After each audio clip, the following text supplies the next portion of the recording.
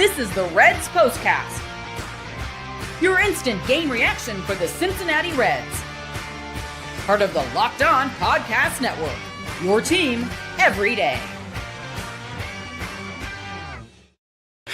Hello, everyone, and welcome to the Reds POSTCAST, part of the Locked On Podcast Network, your live reaction show to each and every single Cincinnati Reds game. My name is Tim Daniel. I have been covering the Cincinnati Reds in podcast form for 5 years at publications such as Late Night Reds and The Riverfront. Thank you guys so much for joining me today. And of course, if you are here and you're looking to check out for Jeff and Steve on Locked On Reds, they're on the same feed as well for free, no paywalls required. You can check both of our shows on this same very app as well. Today, it felt like Groundhog Day, guys. The Cincinnati Reds take a 1-0 loss for the second day in a row to the Texas Rangers. One hit changes everything in the game. Let's go ahead and get to what we're talking about. This is what you'll be talking about. To quote the great Pedro Serrano, folks, we need hats for bats right now for the Cincinnati Reds. Another day where the offense doesn't show up. Now, Monday, obviously, they scored 14 runs, and everything's great, and everything looks really good. Elly De La Cruz has some game as a game that is for the ages in Cincinnati Reds history. Matt McLain also does really well. And then, from other than that, we've had 3 games where the Reds have looked rough, right? I mean, it's been really bad. So, good news, bad news. And I'm going to play Jekyll and Hyde here. I'm going to do a little devil's advocate for you all because I think there are fair points to both of this, to both sides of this conversation. Now, this team's not very good offensively right now. No doubt about it. It's brutal. I mean, yeah, I know you can tell me about the 14 runs the other day and the 14 hits. That was great, but that looks like an outlier. Granted, that's an outlier for even the best teams. But this was bad. This was really bad. And then yesterday, as a team, they get, let's see here what I have the exact amount, 4 hits. Today they get 3 hits. And they have not scored a run in 20 innings. So they have not scored since the 7th inning of that blowout against the Rangers. Now, let's kind of talk about this. The automatic outs that people are referring to right now. Jake Fraley had a hit today, then gave it up on the base path. I think we all like Jose Trevino in the role he's supposed to play, right? Down to a 432 OPS. TJ Friedel, who, again, I seem to find a way to talk about every day, a 511 OPS. Gavin Lux, probably not your ideal cleanup hitter, a 549 OPS. Jeimer Candelario, after looking really good the first couple games, is swinging at really bad pitches and also not knowing when to call off Elly De La Cruz or let Elly De La Cruz have his play in the field. That part has nothing to do with what I'm saying, but Jeimer Candelario, not looking very good. Spencer Steer with a 134 OPS. A serious team does not take him to Milwaukee tomorrow. A serious team recognizes that, hey, this isn't working. It's great that he talked himself to be on the big league club to start the season, to be on the opening day roster, to be in the lineup opening day. It's not working. His bat speed is incredibly slow. I heard Charlie Goldsmith talk about this on the Power Stacks podcast. His one hit, to quote the great, if I'm going to keep doing major league quotes, to quote the legend Harry Doyle, one gosh darn hit. It's a family environment, so I have to make sure I say that I can't say the correct words there. But this isn't good. I mean, guys, right now,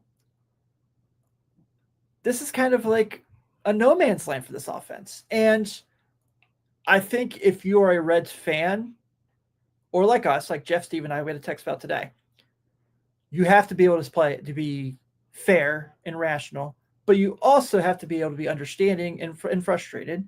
And I think that there's 2 major sides to this. So, like I said, overall big picture, offense has not been good. And yes, 14 runs the other day. They outscored Texas technically they outscored Texas in this series 14-5. They won one of those games. 14-5, they outscored them. They win one. And you can make the case it really should have been 14-2. Brent Suter doesn't have a bad inning in the 9th that game. We're literally talking about a 12-run differential with 2 losses in 3 games. That's unique. And then, the guys you're relying on off the bench too to come in. There's no power bats off the bench. Jacob Hurtubise, Blake Dunn. I don't think those guys are bringing the spark we need. Austin Wynns is your most powerful bat off the bench and has shown in a nice home run on Sunday. But how many at bats do you really want Austin Wynns to have? Is what I'm really trying to figure out here, because right now the situation they're in, this is as good as it gets. And I think that the left-handed side of things, the outfield side of things, you probably can get better, just for the sake of having power.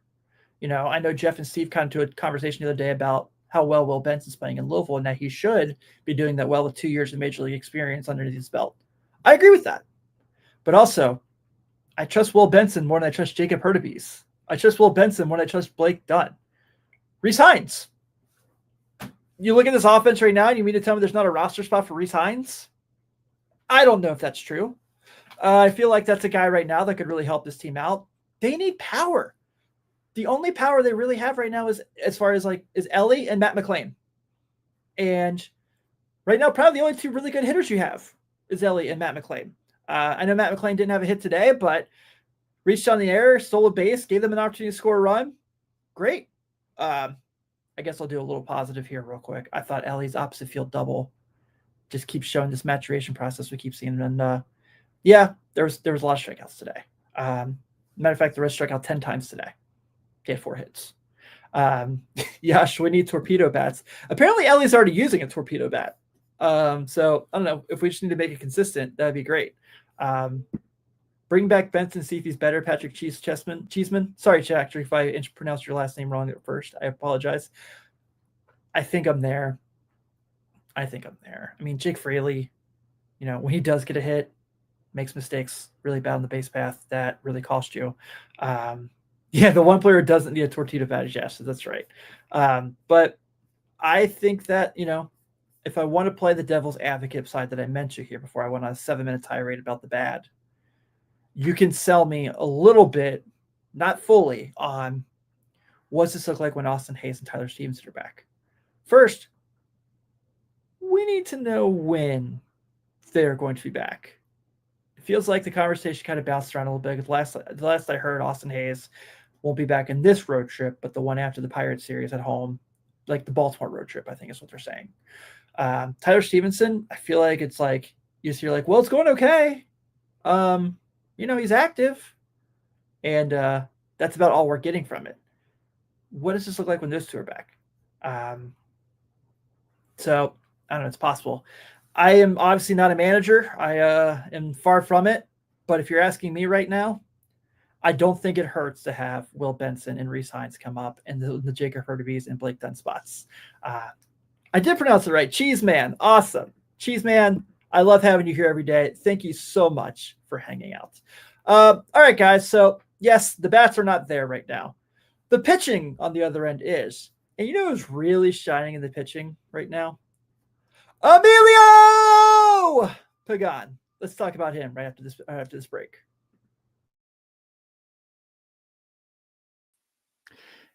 Ever check your bank account and wonder, where did all my money go? Between dining out, online shopping, and entertaining, it's very easy to lose track. That's where Monarch Money comes in. Your personal CFO giving you full visibility and control over your finances. Monarch Money isn't just a budgeting app. It's a complete financial command center. You can track all of your accounts, investments, and spending in one place so you can just stop managing your money and start building wealth. When I started using Monarch, I realized just how much I was spending on food delivery. Now I budget smarter and save more. Managing money with your partner is smoother than ever. You can track shared and personal accounts, set goals, and stay on the same page without the stress.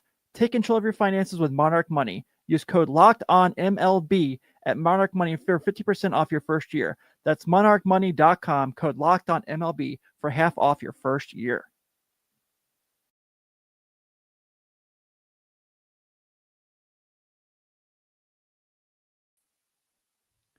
Looking for a snack that's both delicious and nutritious? Crack in a good source of protein with Wonderful Pistachios. Wonderful Pistachios is one of the highest protein nuts. Each 1 ounce serving has 6 grams of protein, giving you over 10% of your daily value. Plus, they're packed with fiber and better for you unsaturated fats to help keep you feeling fuller longer. Personally, I love the no shells variety. It's the perfect grab and go snack for busy days. Whether I'm snacking at my desk, on a road trip, or just need a quick protein boost, they're always my go-to. And if you love cracking open every shell for that satisfying crunch, the end-shell options are a classic favorite. Get snacking and cracking. Visit with the snack that packs a protein punch. Visit wonderfulpistachios.com to learn more.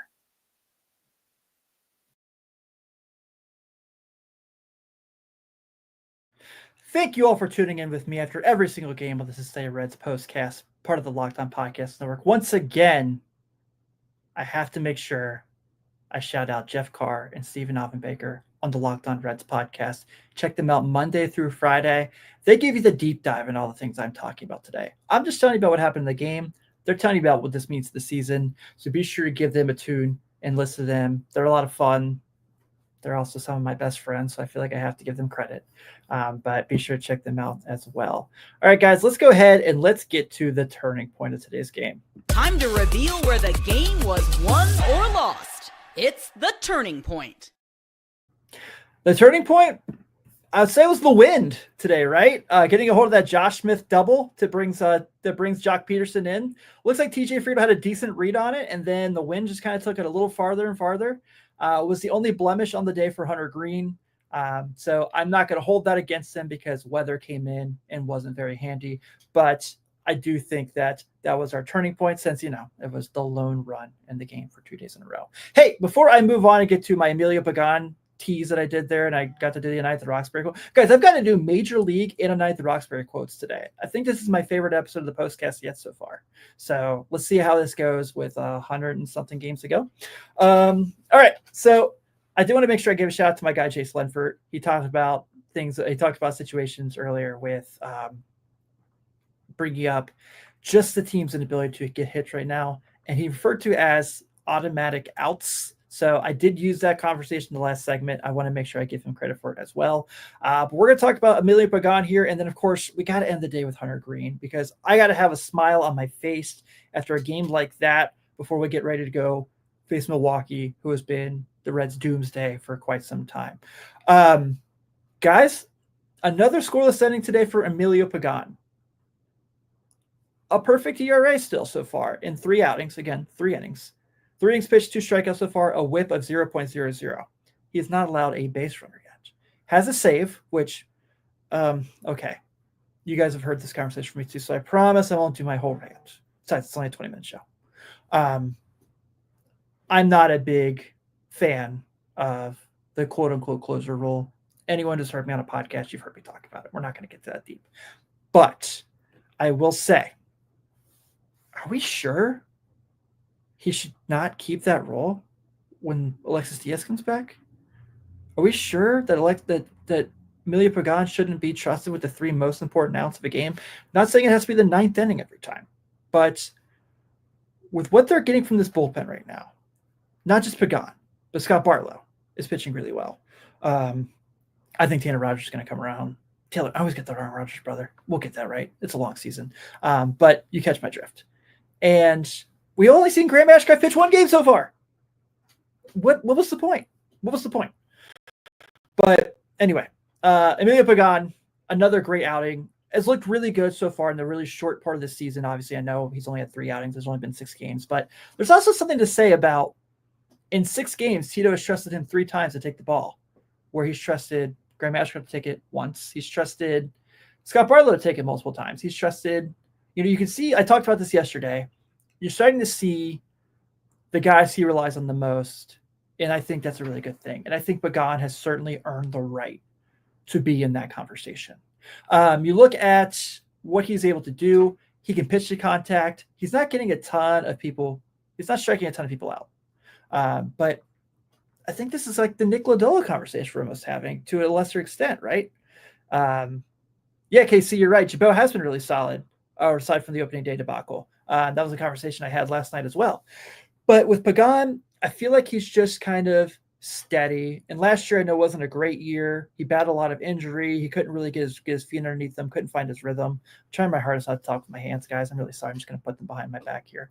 But with him, I just think that you can see the consistency. You can see why the Reds signed him in the 24 offseason, 23 offseason, I guess, technically. going into 24.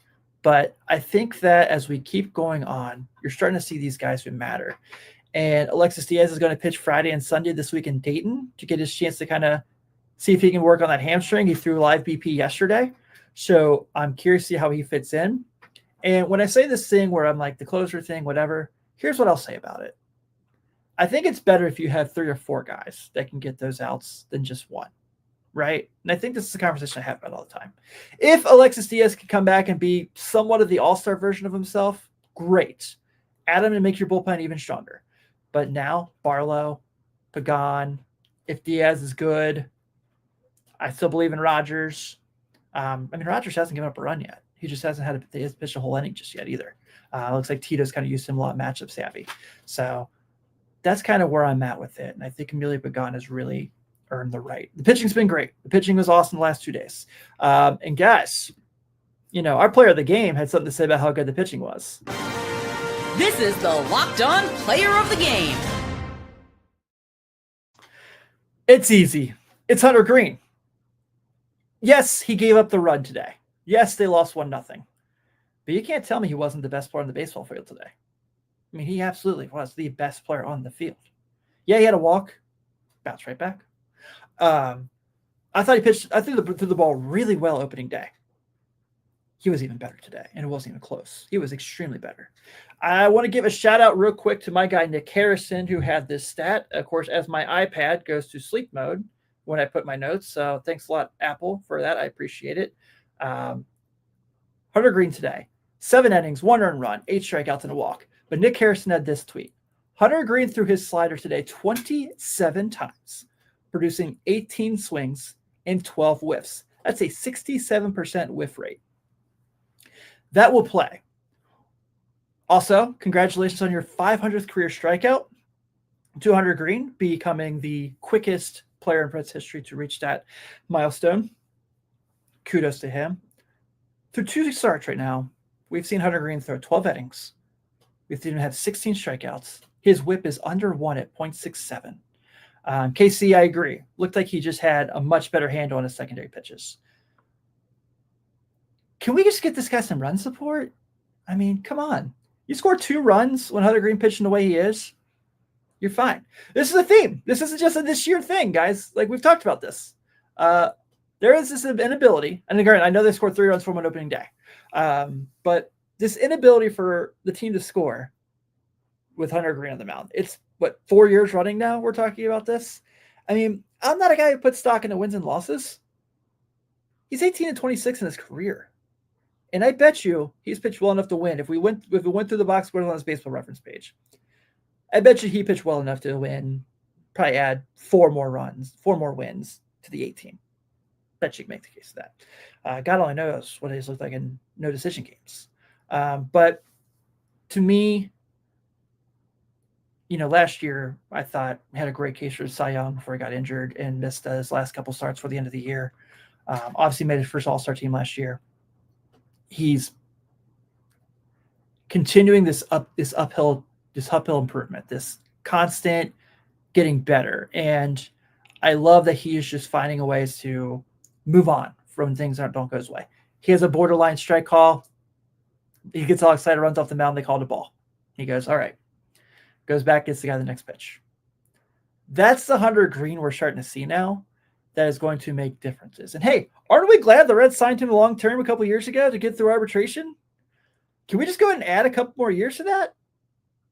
I think we need to. I just think we need to find a way to keep him in-house. But shout out Hunter Greene on another excellent day.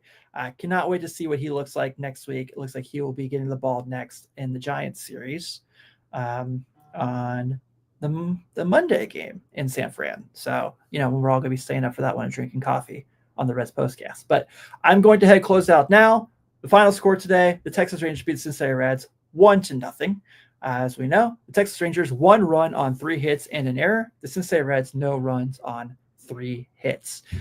Tomorrow, the Reds head to Milwaukee to take on the Brewers, their first divisional battle of the season. You have Nick Lodolo, who's 1-0 with a 3 ERA, and you have Nestor Cortez taking the mound, who really hopes the Reds don't bring their torpedo bats tomorrow. Nestor Cortez, after his first start against his former team, the Yankees, 0-1 with a 36 ERA. So that game that will start at 7:40, and I'll be here for you live after the game. So on behalf of the Locked On Reds postcast, I am Tim Daniel. Be sure to check out Jeff and Steve later on Locked On Reds. Take it easy, everybody.